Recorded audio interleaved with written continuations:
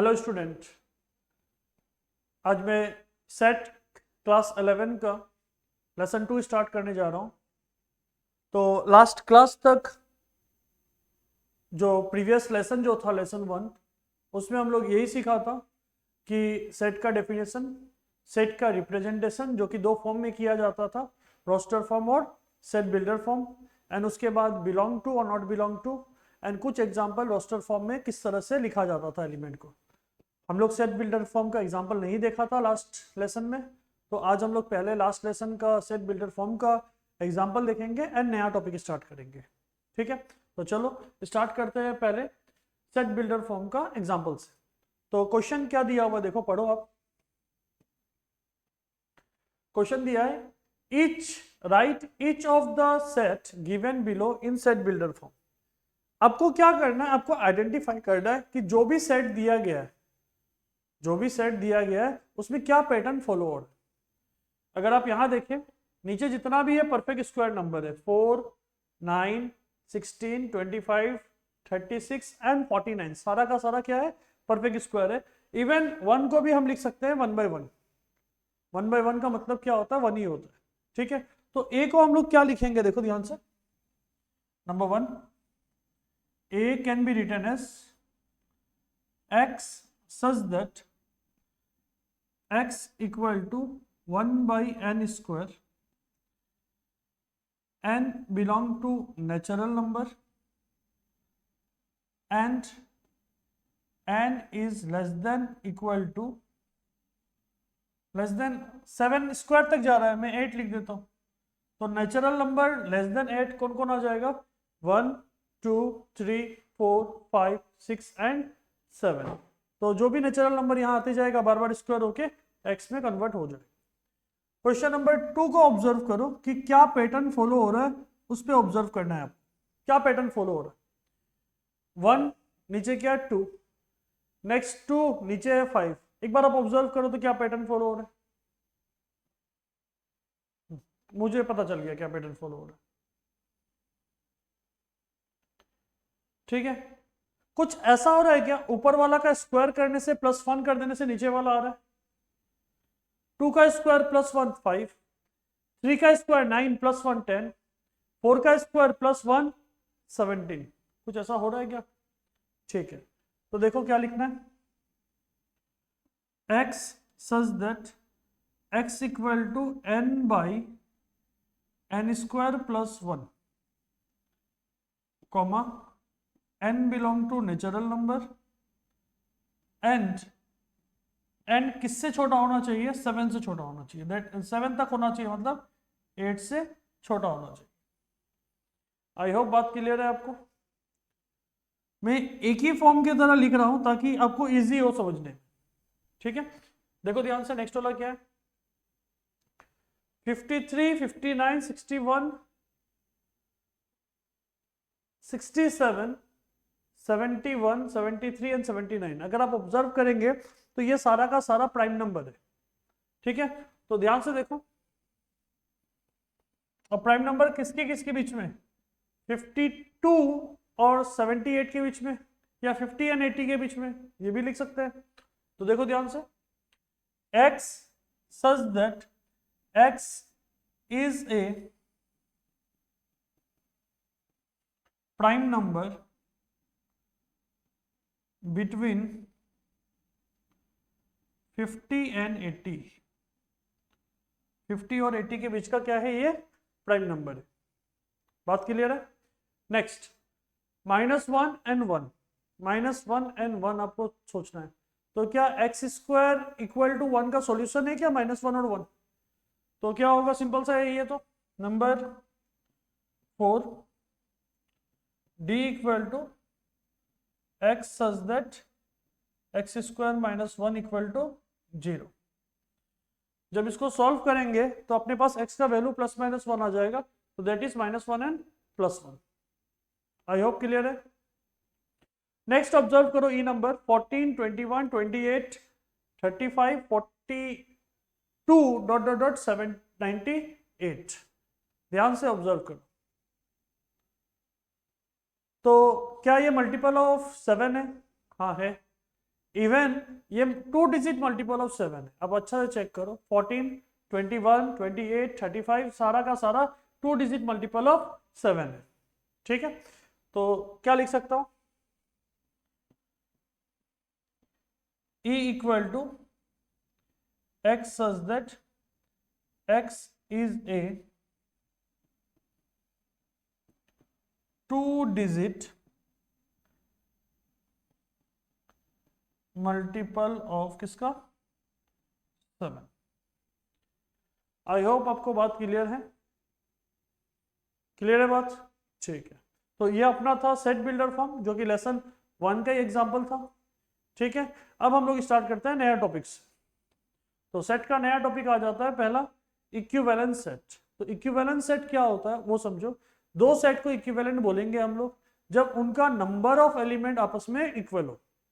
इससे ये मतलब नहीं है कि एक सेट में क्या लाई कर रहा है, दूसरा सेट में क्या लाई कर रहा है, उससे कोई मतलब नहीं है। बट दोनों फाइनाइट होना पड़ेगा पहले, एंड दोनों का जो नंबर ऑफ एलिमेंट है वो दोनों इक्वल होना पड़ेगा। फॉर एग्जाम्पल, अगर मैं 3 सेट लेता हूं, पहला सेट है ए, जिसमें मैं ए ई आई ओ यू ले लेता हूं, बी एक सेट ले लेता हूं जिसमें आकाश का ए के एस एच ले लेता हूं। ठीक है,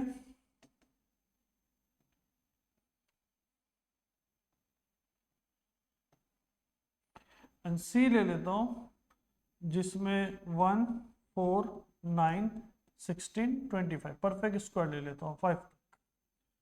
अगर आप तीनों कंडीशन में, इस कंडीशन में भी एन ऑफ ए अगर निकालते हैं तो क्या आ जाएगा 5। Number of element in A 1 2 3 4 5। इस केस में number of element in B 4 बोल सकते हैं। एंड लास्ट वाला case number of element in C 5। तो आपको किस केस में नंबर ऑफ एलिमेंट सेम मिल रहा है, एन ऑफ ए और एन ऑफ सी में मिल रहा है। तो इस केस में आप क्या लिखेंगे, देयरफॉर, या ऐसा बोल सकते हैं, सिंस एन ऑफ ए बराबर किसके साथ है, एन ऑफ सी के साथ, therefore A and C are equivalent set. I hope clear होगा आपको इक्विवेलेंट सेट किसको बोला जाता है, कि नंबर ऑफ एलिमेंट आपस में इक्वल होना चाहिए। करस्पॉन्डिंग एलिमेंट इक्वल हो या मत उससे कोई मतलब नहीं है, but number of element equal होना चाहिए। ठीक है, तो नेक्स्ट टॉपिक है अपना एम्प्टी सेट और सिंगलटन सेट। एम्प्टी सेट क्या होता है, एम्प्टी सेट का दूसरा नाम है वॉइड सेट या नल सेट। एम्प्टी सेट का मतलब क्या होता है कि जिस सेट पे कोई भी एलिमेंट एग्जिस्ट ना करे। एक फेमस एग्जाम्पल है आज तक, पता नहीं फ्यूचर में हो भी सकता नहीं भी हो सकता, set of number of win in IPL by RCB. RCB एक भी मैच आज तक जीता नहीं है, तो आरसीबी का जो नंबर ऑफ विन है वो क्या हो जाएगा, अपना सिंगल नल सेट हो जाएगा। ठीक है, तो ध्यान से समझना, a set which does not contain any element is called empty set, null set और void set। ठीक है, तो एग्जांपल कोई a equal to x such that x belong to natural number and x less than 1। क्या ऐसा कोई natural number लाई करेगा जो 1 से छोटा होता है, नहीं होता है। तो उस केस में आप क्या लिखिएगा, आपका सेट खाली रहेगा, और खाली के जगह में आप कुछ ये ग्रीक सिंबल यूज कर सकते हैं जिसका नाम है फाई। ठीक है, जिसको हम लोग किस वर्ड से बुलाते हैं, फाई। आई होप क्लियर है।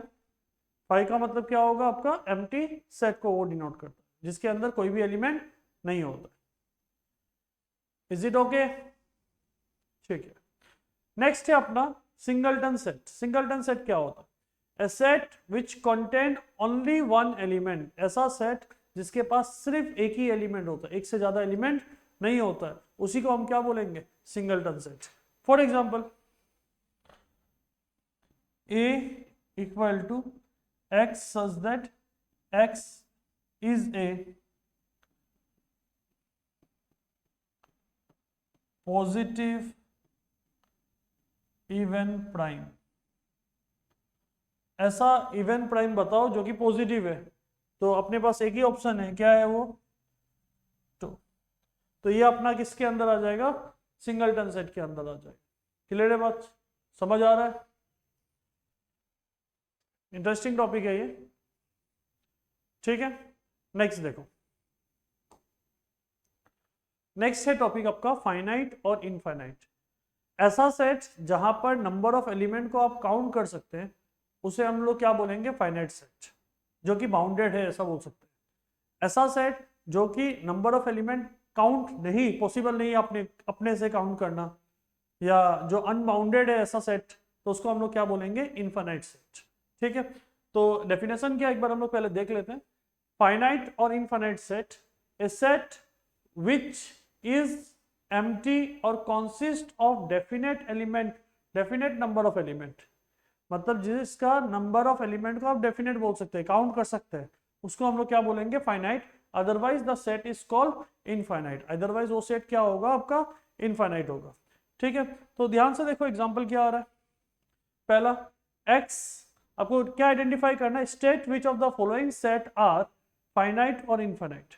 x such that x is a natural number and x minus 1 x minus 2 equal to 0। तो इसका सॉल्यूशन 1 और 2 ही रहेगा, 1 और 2 नेचुरल नंबर है, और आप अगर काउंट कर सकते हैं नंबर ऑफ एलिमेंट, यस, तो ये किसके अंदर आ जाएगा, फाइनाइट सेट।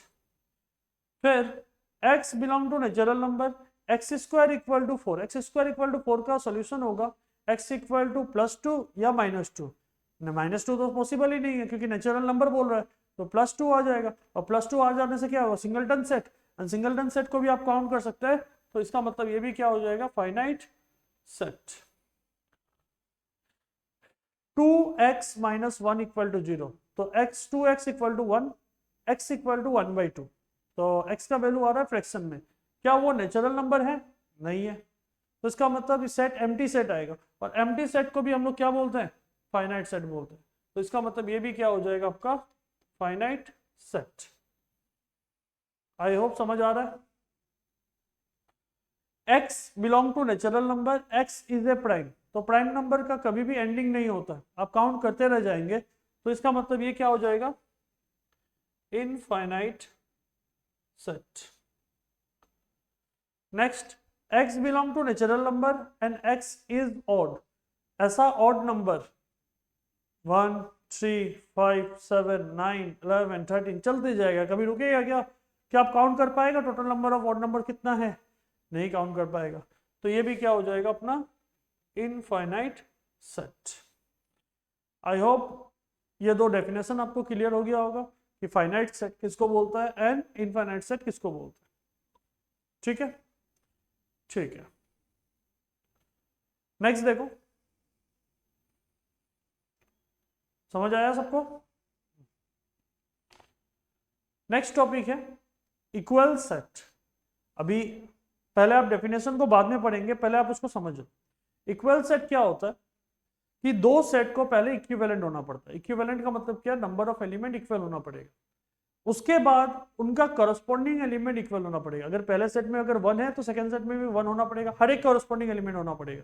2 है तो 2 होना पड़ेगा, 3 है तो 3 होना पड़ेगा, मतलब दोनों एलिमेंट इक्वल होना पड़ेगा। ऐसा नहीं हो सकता कि एक में 16 है और दूसरा में 16 नहीं है, ये पॉसिबल नहीं होगा, ठीक है।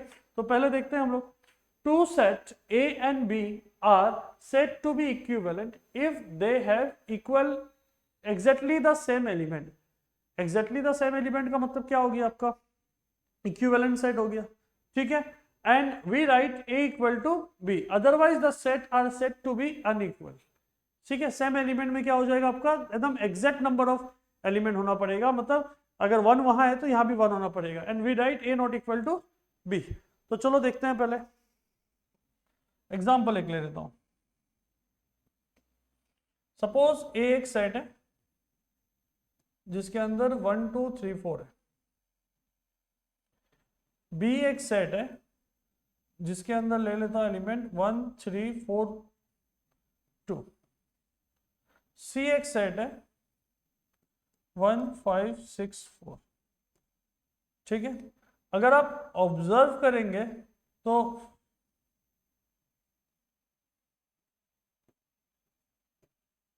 तो तीनों सेट में जो नंबर ऑफ एलिमेंट है सेम है, 4 है।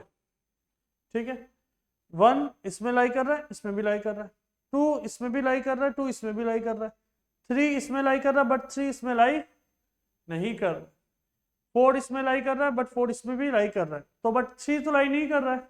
तो इसका मतलब यहाँ आप क्या बोल सकेंगे, यहाँ से आपका 3 कंक्लूजन आएगा। पहला आएगा ए बी के साथ इक्वल है, ए सी के साथ नॉट इक्वल है, बिकॉज मैं बिकॉज इस तरह से लिख दे रहा हूँ कि 3 डज नॉट बिलोंग टू सी, 3 सी में नहीं है। एंड तीसरा पोजीशन कि बी भी इक्वल नहीं है सी के साथ। ठीक है, कौन इक्वल नहीं है, कौन नहीं है इसमें भी same case, because 3 does not belong to C. अगर वो बिलोंग करता तो आपका इक्वल आ जाता। रीजन भी दे दिया हो कि 3 किसमें नहीं है, सी में नहीं है। चलो, find the pair of equal set if any. अगर कोई पेयर ऑफ इक्वल सेट है कोई भी तो आपको बताना है। गिव रीजन, अगर नहीं है तो आपको रीजन बताना है। ठीक है, पहला है ये सिंगलटन सेट है, ऑलरेडी सॉल्व है, रोस्टर फॉर्म में लिखा हुआ है। इस फॉर्म को भी रोस्टर फॉर्म में कन्वर्ट करना है, तो ध्यान से देखो। बोल रहा है कि x का वैल्यू 15 से ज्यादा होना चाहिए एंड x का वैल्यू 5 से कम होना चाहिए। एंड बोल दिया, मतलब दोनों कंडीशन सेटिस्फाई करना पड़ेगा। एंड का मतलब क्या है, पहला कंडीशन भी सेटिस्फाई करना पड़ेगा एंड सेकंड कंडीशन भी सेटिस्फाई करना पड़ेगा। x 15 से बड़ा होना चाहिए। 15 से बड़ा कौन कौन नंबर आएगा, 16, 17, 18, 19 आएगा। x 5 से छोटा होना चाहिए, बट दोनों एक साथ में कंडीशन होना चाहिए। क्या ये पॉसिबल है, नहीं है, तो ये क्या हो जाएगा, empty set. Next, x minus 5 equal to 0, तो इसका मतलब x का वैल्यू क्या आएगा, सिर्फ 5 आ जाएगा। x का वैल्यू क्या आएगा, 5 आएगा। एक्स स्क्वायर इक्वल टू 25, यहां दो सॉल्यूशन आएगा, कौन कौन, -5 और 5। x is an positive integral solution of, इसको जब मैं सॉल्व करूंगा तो इसका सॉल्व कुछ इस तरह का होगा, x minus 5 x plus 3 equal to 0। यहां से x equal to 5 -3, positive integral में कौन आ जाएगा इसका, सिर्फ 5। ठीक है, अब पूछ रहा है कौन सा पेयर इक्वल है, तो एम्प्टी के साथ इक्वल होगा, तो एम्प्टी सेट ए और बी इक्वल होगा, ये both are equal. And singleton set 5 and singleton set 5, ये दोनों इक्वल होगा। कौन सा सी एंड ई भी इक्वल होगा। आई होप क्लियर है आप लोगों को कि कौन सा सेट इक्वल हो रहा है। इसको पहले सॉल्व कर लिया, फिर दो वैल्यू आ रहा था, +5 -5, बट क्वेश्चन में दिया हुआ था पॉजिटिव रूट होना चाहिए। अगर पॉजिटिव रूट होना है इसका मतलब क्या है, -3 को आपको क्या करना है, नेग्लेक्ट करना है। ठीक है, समझ आया। नेक्स्ट टॉपिक की तरफ बढ़ रहे हैं आगे।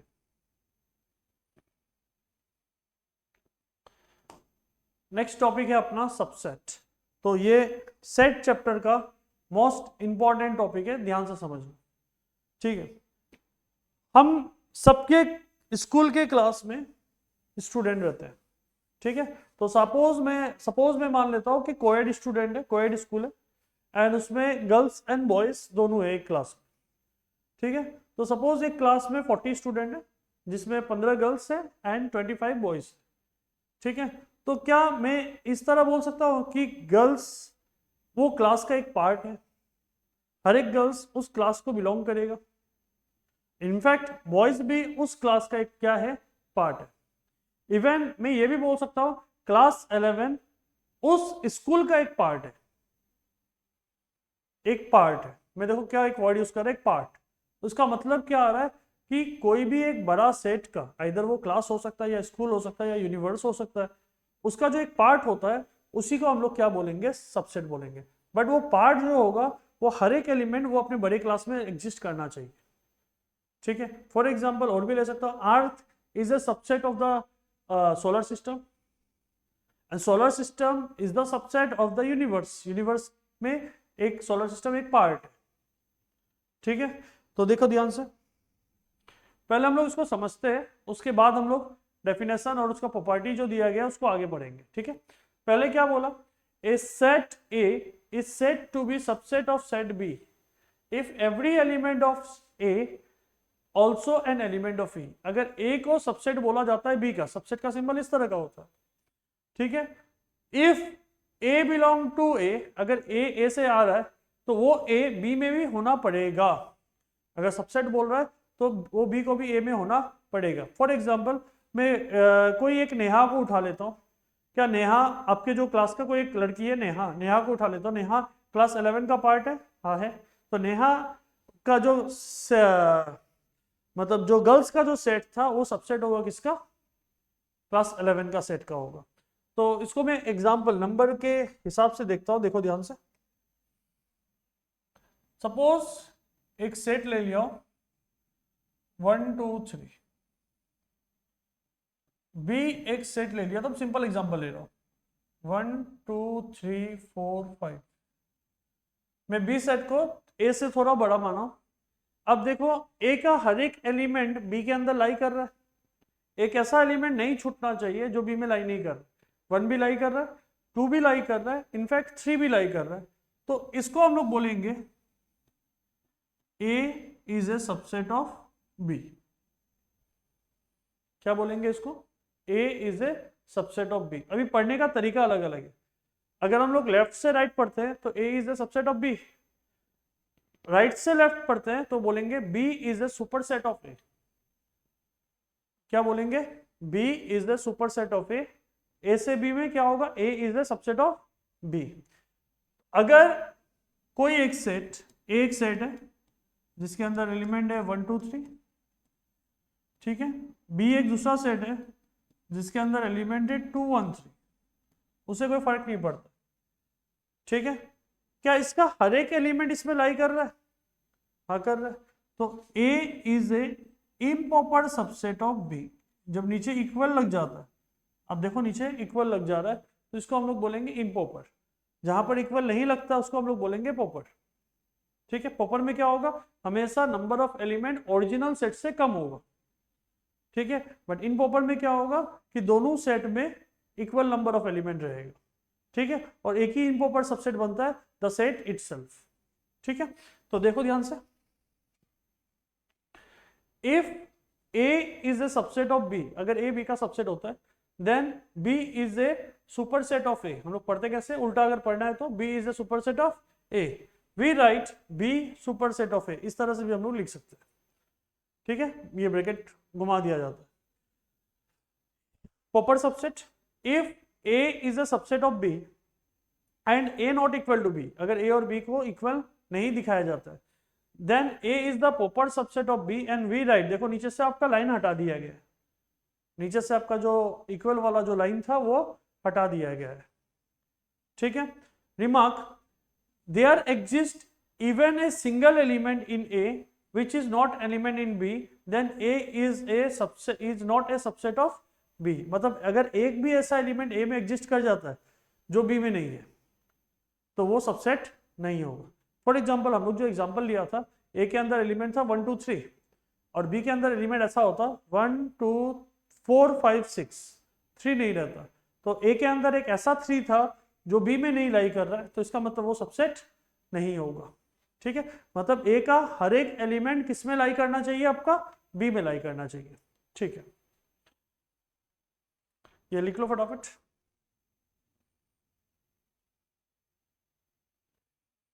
ठीक है, नेक्स्ट राज की बात ध्यान से देखना।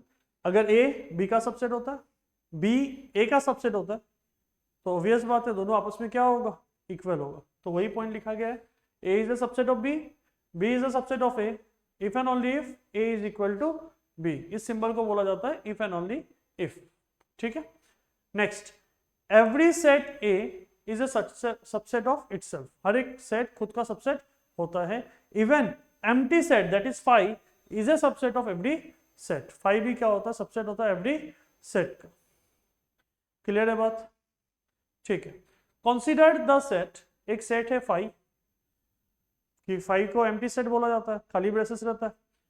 ए एलिमेंट दिया हुआ है 1 3, बी दिया हुआ है 1 5 3 9 एंड सी दिया हुआ है 1 3 5 9 7 9। पहला क्वेश्चन पूछा गया A dash B empty set is a subset of every set. तो पहला वाला केस में क्या आ जाएगा आंसर आपका, ये हो जाएगा आपका सबसेट। क्या लिखा हुआ आ जाएगा, सबसेट। क्या ए बी का सबसेट है? ए का हर एक एलिमेंट बी में लाई कर रहा है, 1 लाई कर रहा है, बट 3 लाई नहीं कर रहा है। 3 ए में है बट 3 बी में नहीं है, तो इसका मतलब वो सबसेट नहीं होगा, वो सबसेट नहीं होगा। Next, A is a subset of C. Check करो, क्या 1 सी में है, क्या 3 सी में है? हाँ दोनों है, एक्स्ट्रा एलिमेंट है तो उससे क्या मतलब है, ठीक है। तो ये क्या हो जाएगा, सबसेट है। क्या बी सी का सबसेट है? चेक करो, बी का हर एक एलिमेंट लाई करना चाहिए, 1 है, 5 भी है एंड 9 भी है, तो इसका मतलब B is a subset of C. But कम नहीं होना चाहिए, मतलब ऐसा बी के अंदर एलिमेंट नहीं होना चाहिए जो सी में नहीं है, ऐसा नहीं होना चाहिए। बात क्लियर है सबको, ठीक है। तो हम लोग यहीं सबसेट में रुकते हैं, एंड नेक्स्ट जो लेसन होगा वहाँ हम लोग सबसेट से स्टार्ट करेंगे। सबसेट का जो एप्लीकेशन होता है कि नंबर ऑफ सबसेट कितना होता है, हम लोग वहाँ से स्टार्ट करेंगे, ठीक है। Thank you.